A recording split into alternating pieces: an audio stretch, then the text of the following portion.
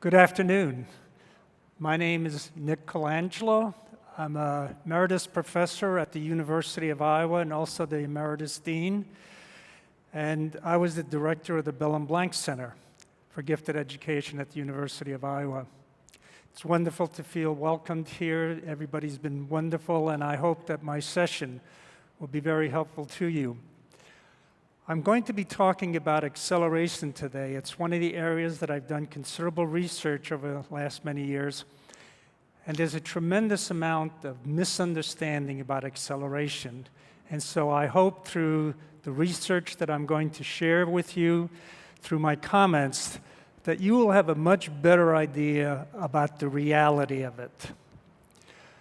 Now, as I look at the title, I realize that the word trumps may have a different meaning these days than before, okay? This has nothing to do with that silly president, okay? What trumps means is that it's something better, okay, in English language. And for so many years, not just in acceleration, one of the problems that we have with education is that many times we do what we believe is right rather than what the evidence tells us. And this is important because education is a very complicated situation, okay? And how do you help kids grow and so forth? And so whether you're a teacher, whether you're an administrator, whether you're a parent, when you have strong beliefs, sometimes even the evidence isn't going to change your mind, okay? So I want to and there are many areas of education we don't have very much evidence. There's very little research, or the research is contradictory. And so what we do have does not help to clarify the situation, okay?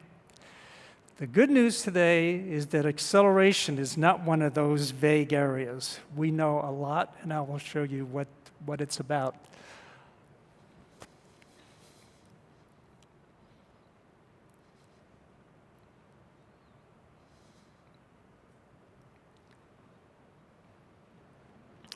So we should start off, one of the best ways to teach is to ask questions and then see where people to go with. So since we're going to talk about academic acceleration, let's make sure we are in agreement with what it is. Okay, now, many people who know me think that all I care about is acceleration. Okay, that's not true. In fact, you need to know a little bit about my background. Okay, I am a counselor. I got my master's degree in counseling. I was a teacher before that. And then I got my doctorate in counseling. And one of the issues in gifted education is that many times people believe that giftedness is all about a talent that happens to be in a young child. My belief is the important thing is the young child who happens to have a talent. And I never lose sight of that the girl or the boy is much more important than a talent. But they have a lot of interactions. So what do we mean by academic acceleration? When we talk about acceleration, it is a school-based situation most times. We're talking about taking students through the curriculum at a faster rate than other students, okay? So it's always about a certain amount of flexibility and a certain amount of speed. What we're also talking about is sometimes when more complicated information, academic information that you normally would get, let's say, at grade 7 or grade 8, but you bring it down to somebody who's at grade 4. Okay? So there's a lot of good things that happen for gifted students. And I'm not saying acceleration is the only thing, but this is what it means. So if you're working on a project and you're all excited about it and it's great and so forth, that's known as wonderful, but it's not acceleration. So I want us to be clear about what it is. So acceleration is always moving through the curriculum faster than normal expectation or moving the curriculum down to where a student is. So why would we accelerate? Okay? If you're a third grader, stay in third grade. Okay? If you're a fourth grader, stay in fourth grade. So why would we make these differences? Why would we make these adjustments? By the way, that's a good question that you asked. Okay? So those of you that are teachers, that have experience in schools, you will know this, okay? We know by experience and also test results that in any given grade 3, grade 4, do you call it grade 3 and 4, or do you say year 3 and 4? Like third grade, fourth grade? Yeah? Okay? No? Okay, well, third grade, fourth grade. What you know is that in any given grade, if we take birthdays, chronological age, not everybody has a birthday on the same day, all right? So typically in the classroom, if you take a look, and we've done this, you take a look at the birthdays of the boys and girls in the classroom, there's almost a 1-year separation, almost 365 days in a typical classroom. So some people have a birthday in November, some people will have it in July, but it's usually within 1 year. Okay, that's a decent variation. But when it comes to ability, when it comes to mental ability, the typical grade can have as much as 8 or 9 years of variation, because you will have some students that are mentally ready to do 10th grade work, 11th grade work, even though they're in 4th grade. Other students are struggling. They're barely doing 4th grade work. Now, that's a very different challenge for a teacher because you have this tremendous capacity, okay? And the question you have to ask yourself as educators, what do we do with that, okay? How do we help meet that? And that's what I'm going to be addressing. The other thing I want to talk to you about is, and I believe this strongly, every student has a right to learn something new every day that they go to school, okay? No student should go to school, and if mom or dad asks, hey, what'd you learn today? Learn anything new? And you say, nothing. Now, some students say that, but across America, there are many, many students who come home and have learned nothing new that they didn't already know before. And that's not good. That's not why we send our kids to school. Okay? And the reason that can happen is because of that big fluctuation that I was telling you, that if somebody's ready to do 10th grade work, but they're in 4th grade, the odds are you may not get something that's close to what that person is ready to learn. Okay? And this is what is important to keep in mind.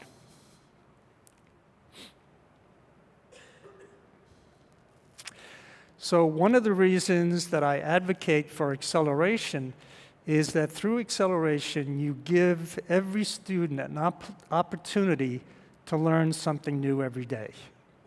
You just make it a better situation, okay? And what we know is that if students learn new things, if they get excited, this morning talking a little bit about flow and so forth, they will develop their talents more. It is very rare that people develop their talents when they feel bored, when they feel disinterested. Okay? So you want them engaged. The other thing is that acceleration helps to minimize underachievement. Okay?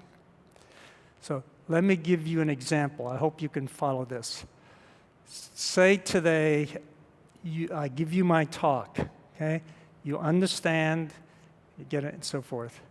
Now, what if you were to come back another 185 days to learn what you learned in the first hour and a half?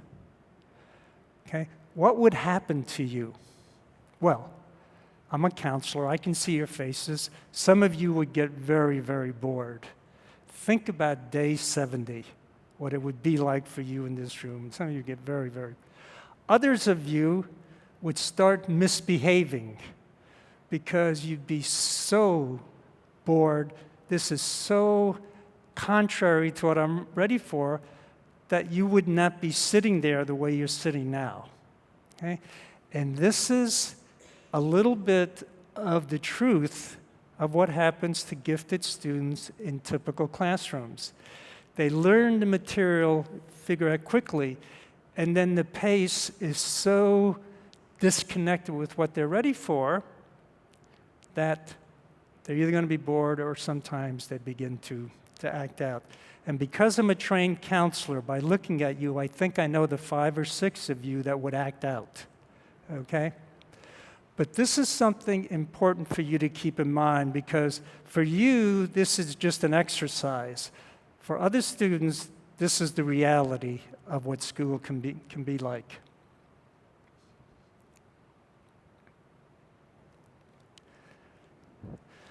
Let me go back to the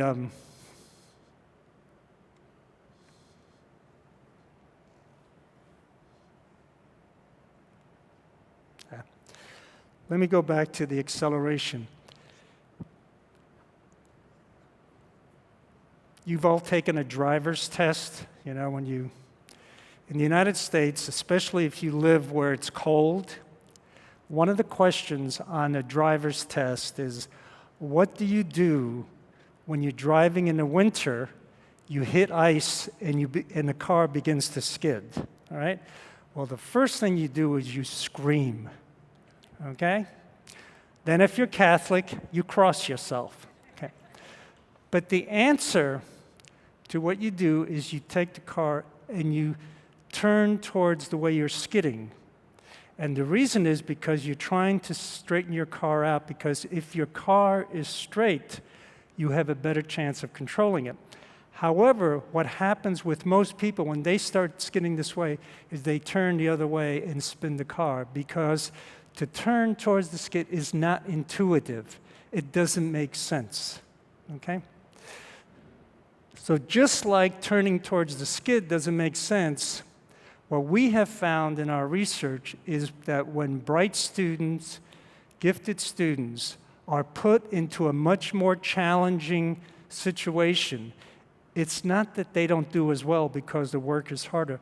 They actually do better, because the other students have a different attitude, but they're challenged. They want to learn this material. And so the belief that if you put a gifted student in a very easy classroom, they will get all good grades, that's not true. In fact, their grades actually are pretty poor. And this is very counterintuitive. Okay. So how do you accelerate students? We know what it is. We know to some extent why you do it. How can you do this? Okay. There's 2 basic umbrella types of acceleration. Okay. One is called content-based. And in content-based, what it says is the student stays in the grade, but the material comes here. So in content-based, if you are a girl in the 4th grade and you're very good in math, okay, you can take math with the 5th graders, but then you come back to 4th grade for the rest of the day, okay? And this is used in the United States quite a bit, because how many teachers can always, stop everything that they're doing but teach a higher math? So again, take math, because math is the one subject that most acceleration happens. You have a boy very good in math in grade 5, very good. Can go to grade 8 for one class of math and then come back to grade 5, okay? That's acceleration. The reason is because that boy is taking something that normally would not be there at grade 5.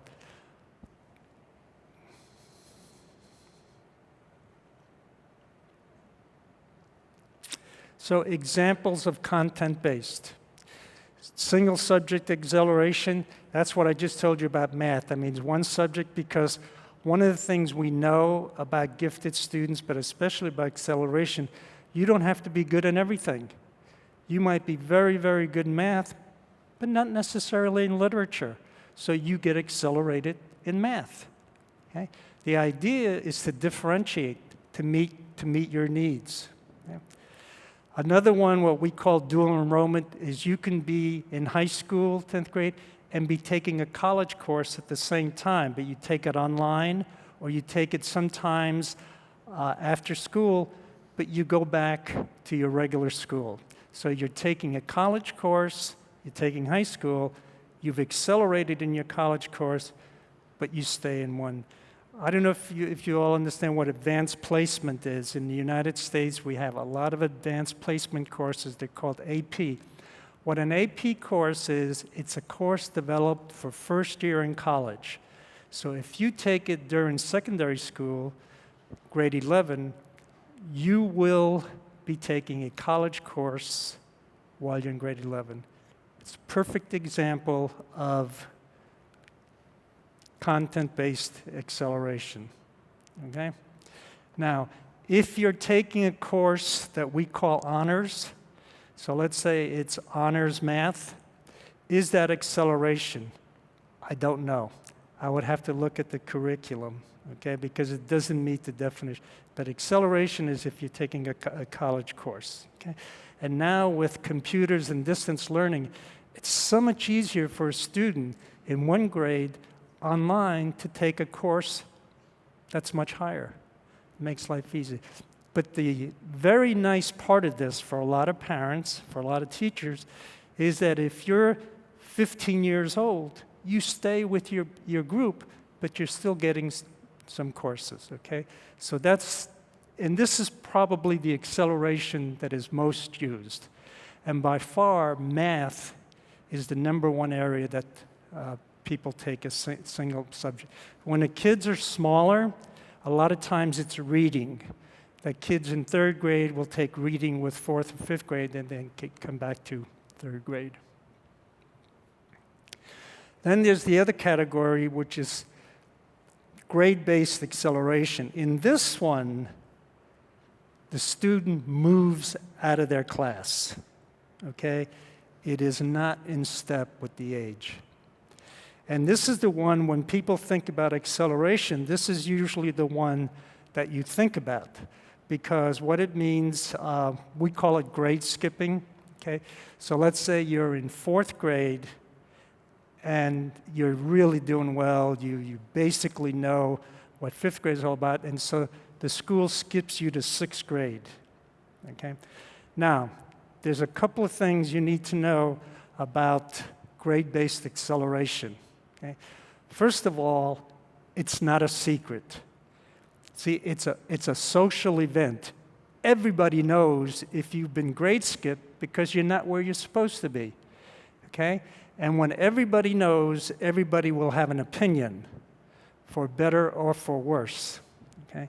And one of the things we've learned when we've developed a scale for who's ready to be accelerated is that the most difficult part of grade skipping is not the work. There are a lot of kids who can do the work. It's the social, emotional adjustment for having to make that kind of a public move. And you have to take that into consideration, okay? So grade skipping is used quite a bit. And I will get to the research about grade skipping, but I hope you understand me when I say that it's really a social event, that it's really a public event, okay? So your friends know about it, your new teacher knows about it, your old teacher knows about it, your mother-in-law knows about it, your father-in-law knows about it, your neighbors know about it, and everybody will have an opinion, all right? So you understand that. The other forms of grade-based acceleration, okay, when I say whole grade, that's the grade skipping, is you can start school early, okay? How is it here? Is it usually about age 5? You start kindergarten, 4? Okay, 4. Ours, it's starting at 5, so 4. So whatever your birthday is on, then you can start school, and everybody says, fine. Now, you have to realize when you're 4 years old that somebody can have a birthday almost a full year before you do, or behind you, right? And when you're 4 years old, 1 year difference is a pretty big difference. But we don't make an issue about that. We say, okay, you're 4. So we have done some research. What about if you started kids a little bit before 4? Because you can do tests to see if they're ready and so forth. And actually, the research is quite good. Okay, that there are many kids who are ready to start school even though they're 3.5 or 3 3/4. Okay? But the rules say you have to be 4 because it's easier to say everybody start at 4, okay? But the research says there are some kids a little bit earlier, all right? Now, when they're this small, you don't know, is that a good thing to do? Do you want to start a year earlier or not? Okay, even though the research. So whenever parents come to me and say, well, I think my daughter is ready to start school, she's not quite 4 years old, but if they're hesitant, we just say, no problem, just wait. Your child is still very, very, very young. We can see it in another year or two. But what you need to know is that the studies that have been done with early entrants are actually quite positive, okay? But just because the studies are positive doesn't mean that you're going to be relaxed. And I'm more concerned about mom and dad, okay? I understand those things. The other one that is a bit easier for people to understand is early entrance to college or university. Okay, so we do this quite a bit at Bell and Blanc Center. So what this means is that you go to grade 12 here, right? So do you go to grade 12? Is that the last 18 years old? Okay, we call it grade 12. So let's say you're in grade 10 or grade 11. You're going to graduate in 2 more years. Okay? But you don't want to stay in high school. You'd like to start college early. Right? And so you can do that with early entrance. Now, that's just not right for everybody because you're going to be younger than the other college students and so forth. So why would we take, and we're very selective, why would we take someone 2 years before they should be going to college? Okay? And the reason we do it is just because there's a small minority of kids who really have nothing left to learn from high school. They really don't like being there. They've learned that all their academic credentials say they've learned this, and so they're ready to move on. Now we have a choice here. Choice A is, it's nice that you're ready to move on, but that's not the way life is. So you just stay till you're age 18. Or the other choice is, well, do we have research that says, given your profile, that if you moved on early, you would be successful? We didn't have those profiles a number of years ago.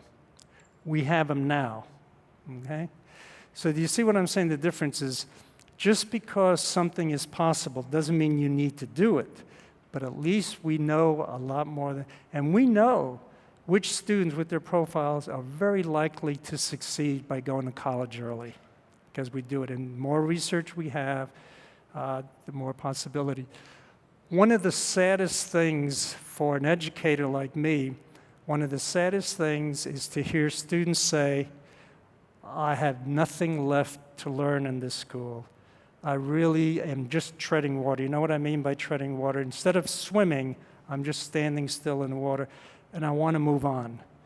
That's usually one of the profiles that, maybe the person is ready to move on. Okay.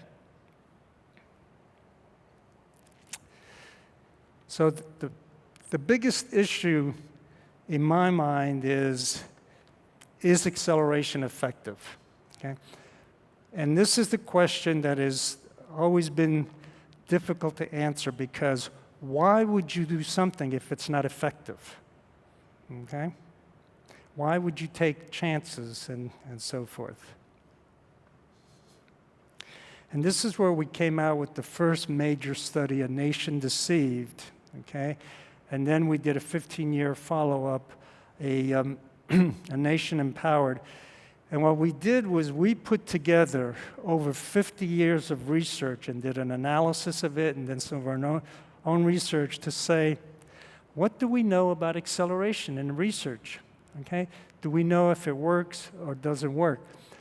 The reason we called it A Nation Deceived is because at the time that we came out with this in 2004, most of America believed that acceleration did not work. And so we say, well, you've been deceived because the last 50 to 60 years of research tell a different story, okay? But when something does not fit what you believe, you don't want to hear it, okay? So let me give you a personal example, okay? One of my big fears is needles, okay?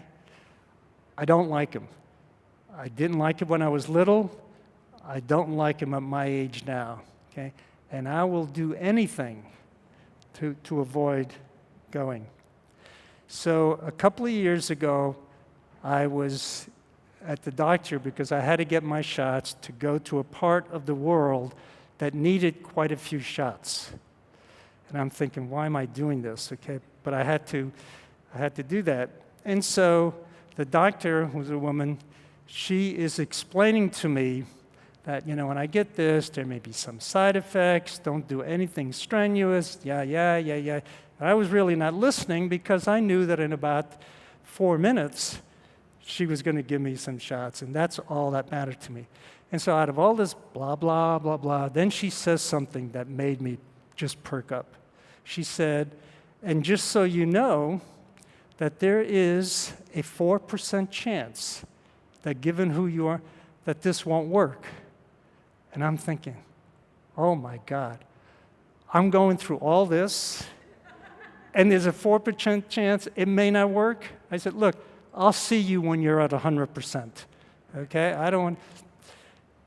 For you, if you're not afraid of needles and so forth, a 4% chance that it might not work means nothing. For me, it means a lot, okay? And this is the way research is with everybody. If you are positive about acceleration, you don't need a lot of evidence. But if you're negative, you are going to need a lot of evidence to convince you otherwise, okay? So just keep that in mind. And I understand that, and I appreciate it. When this study came out about acceleration, we got a lot of interest around the world, but especially in the United States. We got a main feature in Time magazine. We were interviewed in all the major newspapers, so forth. We had almost 5 million hits on the Nation Deceived website. So suddenly there was a lot of interest. People wanted to know more about really what's going on with acceleration. And one of the good things about this study is that it brought something from the back room to the front room. And what this study did was, in addition to our own research, we synthesized the past 50 years of research on everything we could find on acceleration, okay? And what came out is that it was very consistent. Study after study after study said that acceleration was positive, that it really helped students, okay? However, there was still a disconnect between what the research said and what people were comfortable of doing. We had it translated to a number of languages. We received the grants so that people could read it in their own language. Got a lot of attention.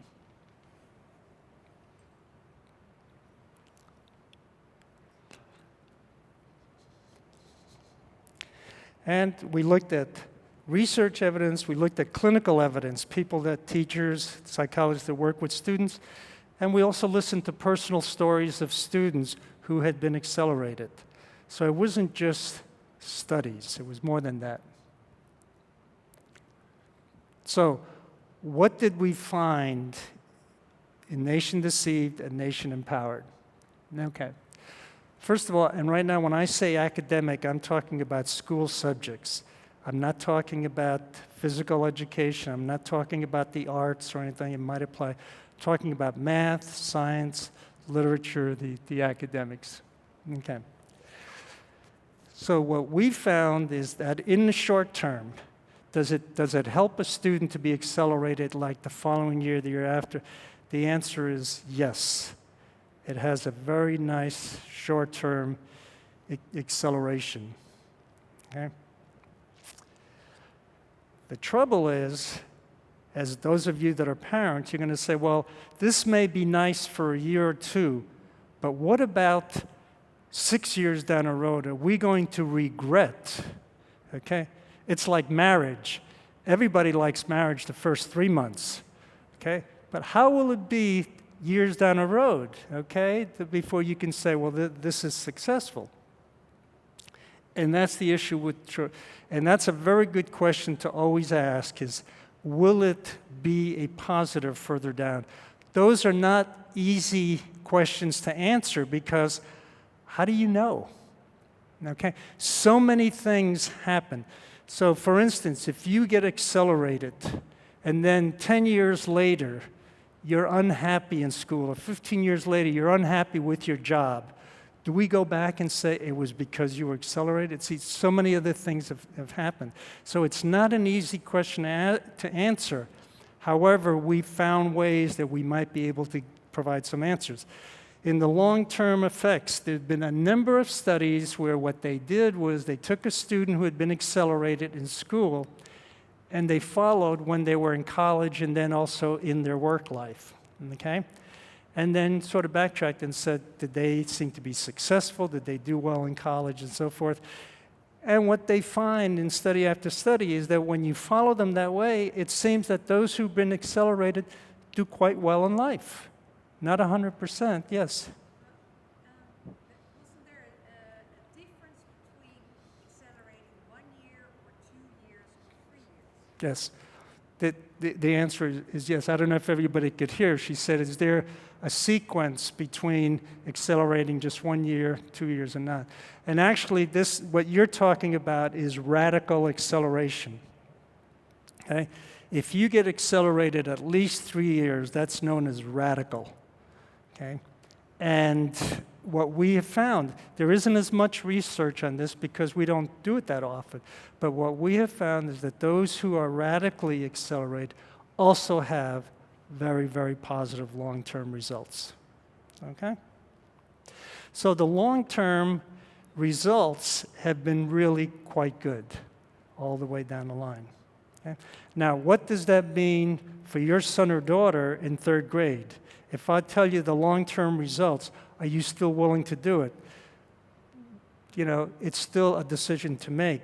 But where we have not told you the truth, where we have not always been open and honest with you, is to at least let you know, look, we know a lot about acceleration. Whether you want to do it or not is a different story. But this is what's likely to happen. Okay? And you deserve to know that. You should know it as parents. You should know it as teachers. It's always a complex decision. We had some major work in our major Nation Empowered study about after school. Okay, when students graduate and they get into their career, again, those who had been accelerated, at least once, seem to be doing better in their careers. That doesn't mean 100%, but statistically, most of them have really done quite well. Okay? And doing well in your career, it's not bad. Okay? It's not everything in life, but it's really not too bad.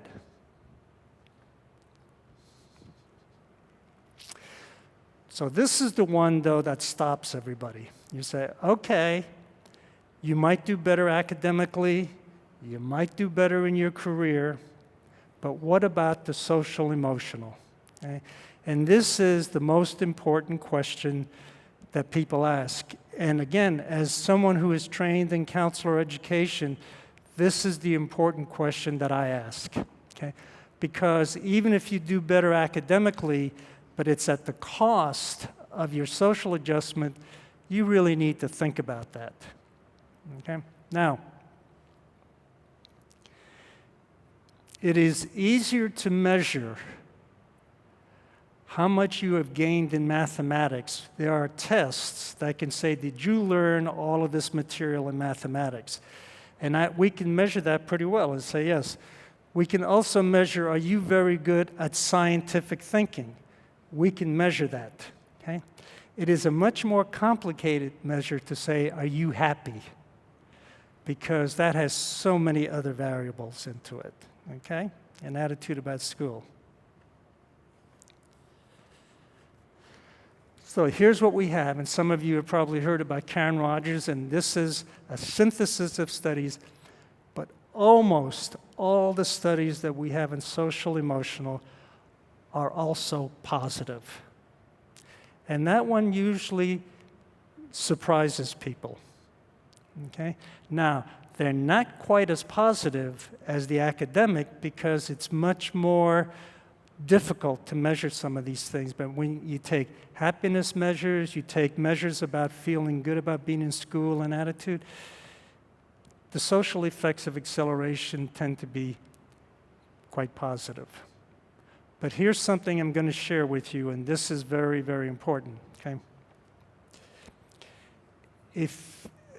Just because you accelerate your child doesn't mean she's going to be happy.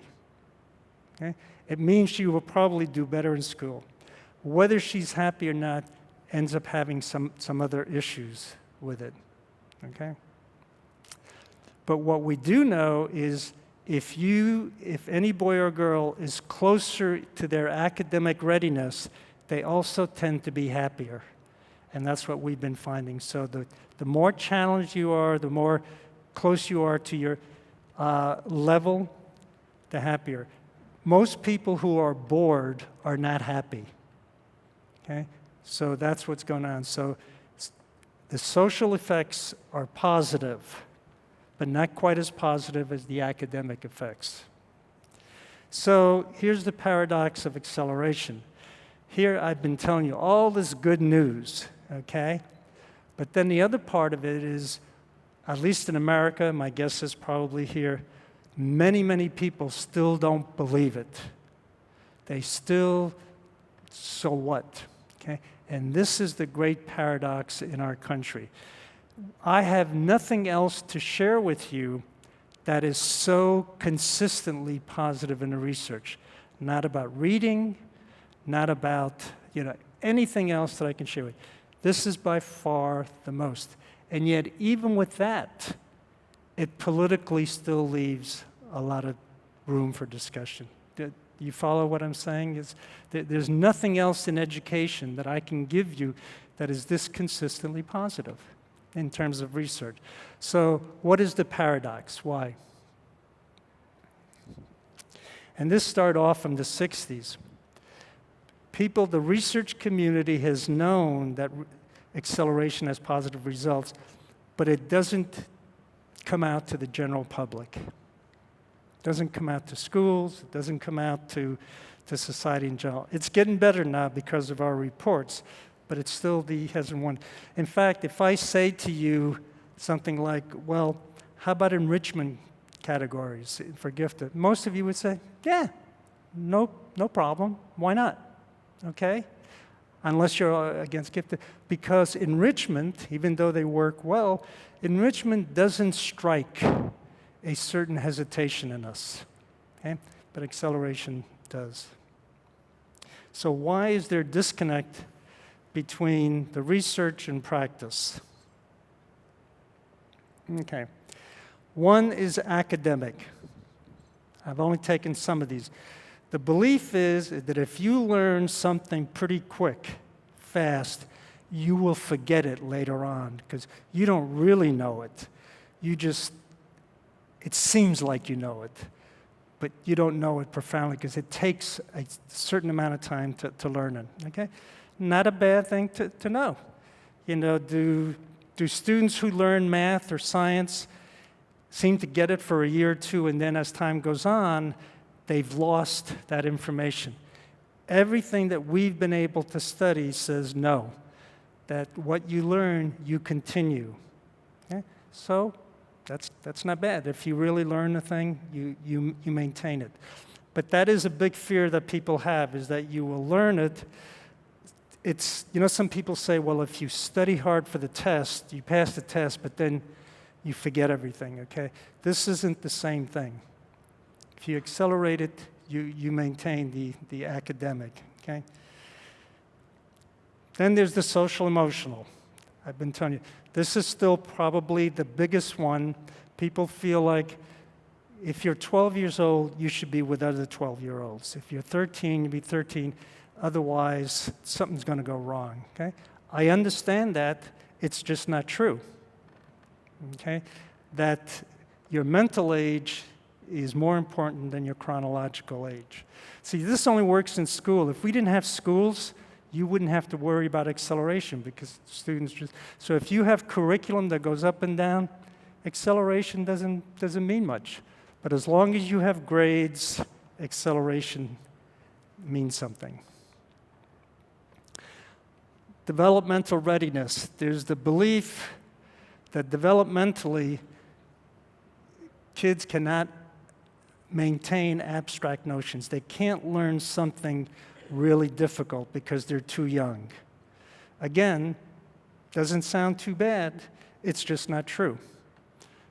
Okay? That there are kids very, very young that seem to be able to learn some pretty amazing thing.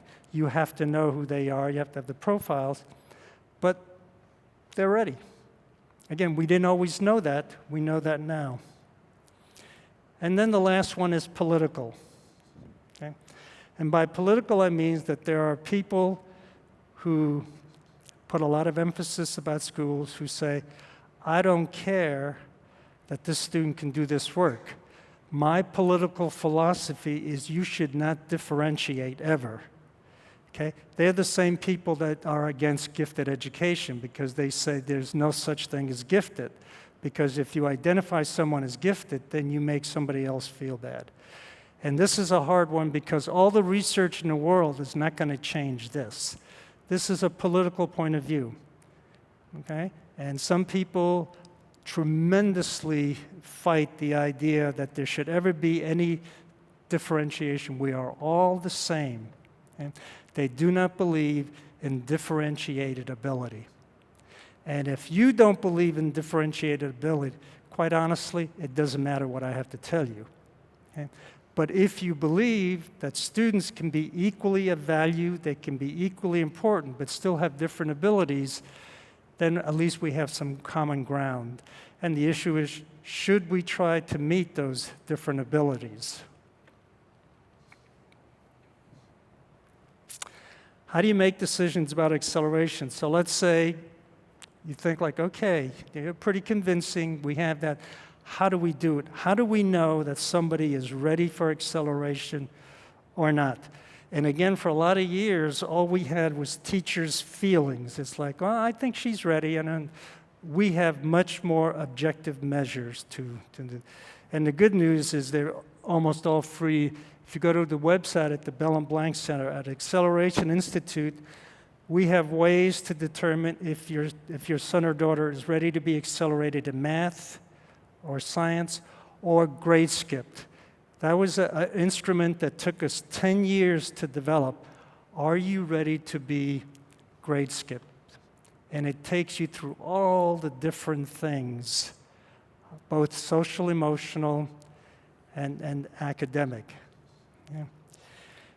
There's a few places on that instrument where if this is true, then you stop. Even if the student is really bright, if you get a 0 on this scale, you just stop it, okay? So one thing is if the student doesn't want to be accelerated. We always said if the student doesn't want to be accelerated, stop right there, okay?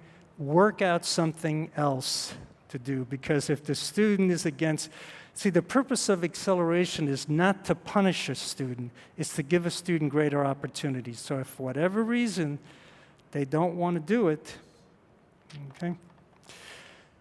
The other is, and I don't know how well this fits here in this country, but in America, every mom and dad who's pretty tall thinks that their son is going to be a professional basketball player, okay, or a football player. And so they see big-time money, Nike endorsements and all this, okay? If you are hoping that your son or daughter is going to make it athletically, usually acceleration is not a smart thing, because the more you're in school, you get to play with your age mates. Maybe something like gymnastics, but otherwise, it doesn't help you. And whenever we've talked to parents and the father says, I know my son is going to play professional football, acceleration won't help, because to have another year in school helps, okay? But other than that, most other things are negotiable. But this is an excellent place for resources, so that you never have to make a decision that you can't defend or that you don't understand. And that wasn't always true. This is all fairly recent, the last 10 years. And so what is empowerment? Our new report, what empowerment is all about is courage. It's the courage to act on evidence rather on behalf of our students. There's evidence out there we didn't have before. And it takes courage to act on that, especially if it wasn't what you used to believe. We know a lot more than we used to know. I want to thank you